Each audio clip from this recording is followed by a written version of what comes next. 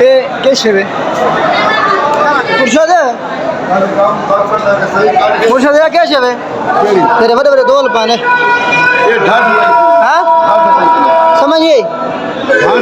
ढाट ढाट बेचन ढाट बज दिए केरला बज दिए दी है ना हाथ लाउदा जेड़ा सिंह बजदा है पहले तो इमाम बारगाह बजे भी स्पीकर कौन बोलना अच्छा ठीक है बात शाम मैं तो और बजाऊं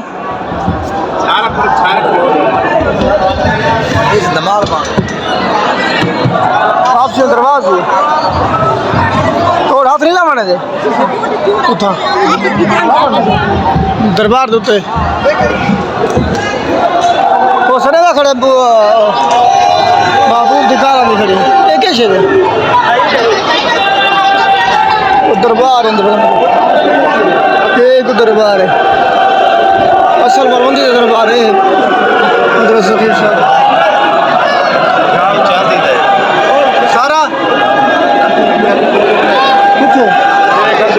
हाँ हाँ